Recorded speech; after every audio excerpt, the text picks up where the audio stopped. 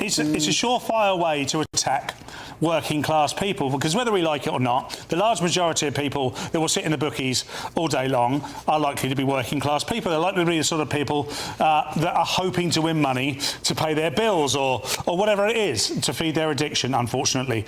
So I think this is not going to play particularly well. However, it's also not going to be a huge issue because it's very difficult, I think, to defend betting as a pastime because of the damage it can cause. But like I say, I believe in much smaller government we got now and people's free will. Yeah. Mali, what do you think? Just forgive me if this is terribly insulting, but you don't strike me as a betting man. Well, I had a great run on the NBA playoffs where I hit a lot of parlays, and then I took what I wanted, put it on a bet on the NBA Finals, and then lost. Naughty boy! Did you? Oh no! And then you lost it. And then I lost it. It was going, see, that's the thing with gambling. It was going so well until it wasn't.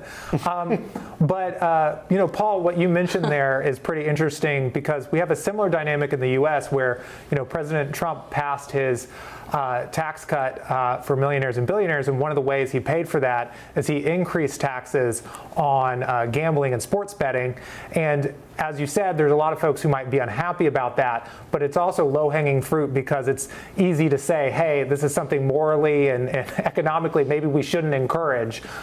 So it could politically, though, have some ramifications because the folks who really like to sports bet are young men, but I don't know if they're going to be that in the weeds to see. Yeah, here's these a tax taxes that made on it a little bit worse. Taxes on the top of different betting behaviors has not been shown, particularly in most U.S. states, to actually curb behavior. And it also comes up short on expectations for revenue for governments. These aren't actually very good deterrent tools if that's what you're actually trying to do. At the end of the day, this is kind of fun police 101. They just want to go after the things that they wish people wouldn't do, make a tax on it, do things like generational bans like we were just discussing.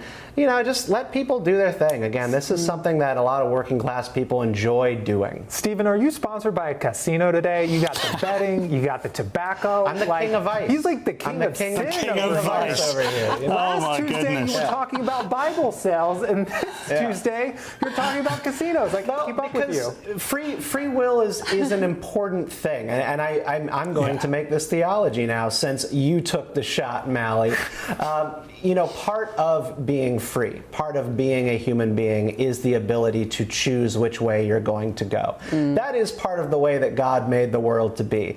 I find gambling to be problematic in the sense that I don't do it because I think I would like it very much. That's why I have never placed a bet in my life, because I'm protecting myself from that. Yeah. And I think that people have to be free to make these decisions for themselves, or there's no virtue in not doing it. There is no virtue in abstaining from gambling if it wasn't your choice to do so. I just don't believe in a nanny state approach to running society. Well, talking of running.